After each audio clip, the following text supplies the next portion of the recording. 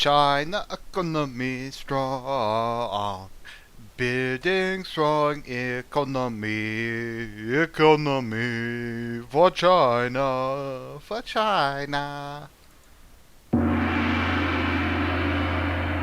Hello everybody, welcome back.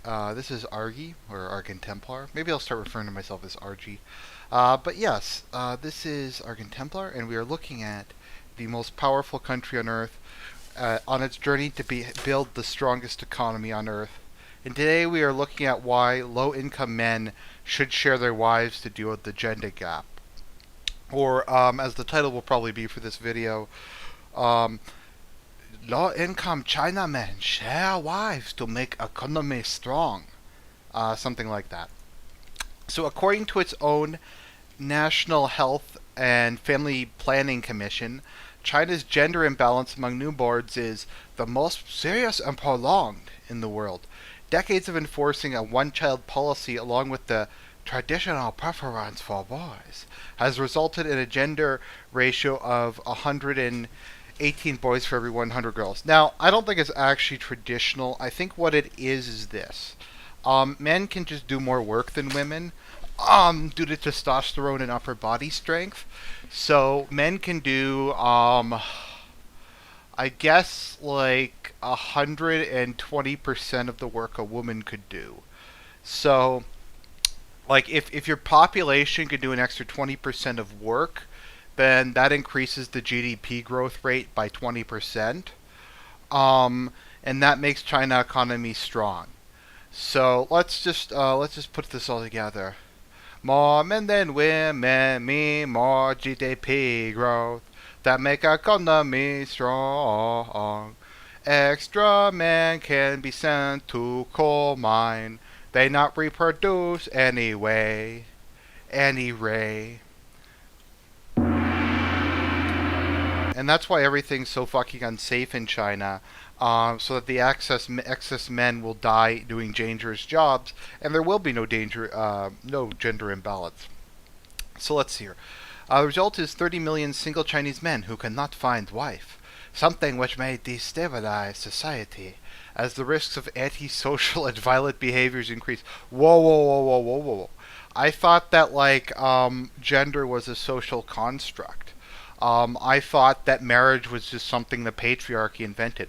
Are you telling me that this is just like some natural thing? That men naturally want to be married and they naturally want to reproduce and have children? And that if they don't, they get angry? But I thought they were supposed to be their own person. But hey, maybe we're looking at it the wrong way. Zhi Zoshi, a professor with the School of Economics and International Trade, okay, I'm not even going to attempt to pronounce that. And economics said the problem can be resolved with simple economics, which is like economics but for China.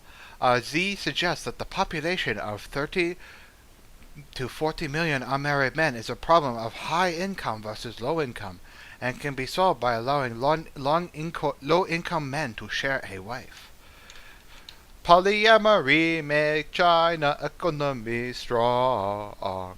One wife for multiple men create matriarchal society to make economy strong. I think polyamory is I think one woman, multiple men. I'm not as familiar with it because it just never fucking happens in history, and the few societies that practice it got completely wrecked by patriarchal societies because matriarchal societies just don't fucking work. So let's see here. So men with high incomes will get married easier because they can afford a wife. For low incomers, one solution is to allow polyandry. In fact, in some rural areas in China, there are situations in which brothers of a family share one wife and they live happily together. So in other words, men cocking selves to make economy strong. China GDP grow faster with cocking to make economy strong. Z considers the primal sex drive to be the most pressing issue of these 30 million unmarried men, and not their need to fall in love with their soulmate, nor their need to raise a family to fulfill their filial devotion, as well ensure someone will look after them in their old age. Zia says fulfilling the sexual needs of these men is of primary importance no matter how it is done.